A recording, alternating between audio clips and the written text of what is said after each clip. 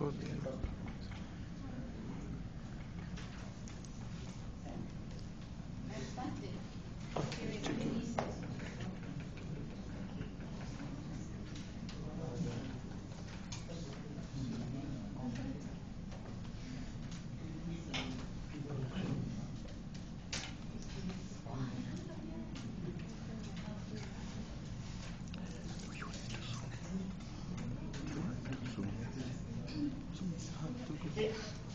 as I was saying, I'm presenting on this very important topic, benchmarking return on investment related to human resource management.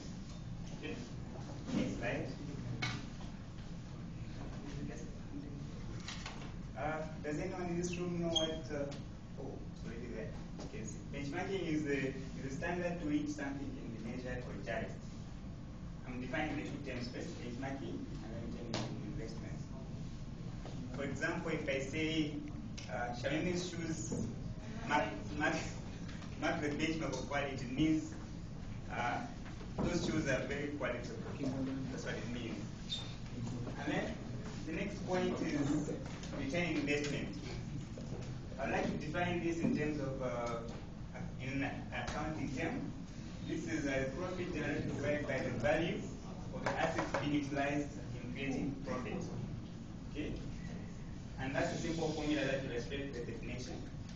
But we shall not concentrate much on the accounting part of it. We'll concentrate more on the human resource.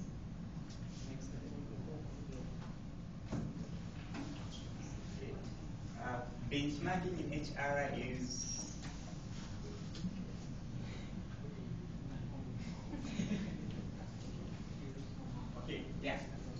in terms of human resource management, this is a measure of the actual results against the composition and the money invested in the development of human resource.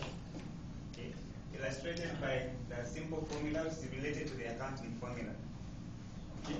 I'll give you an example of a practical example of benchmarking. And go as follows.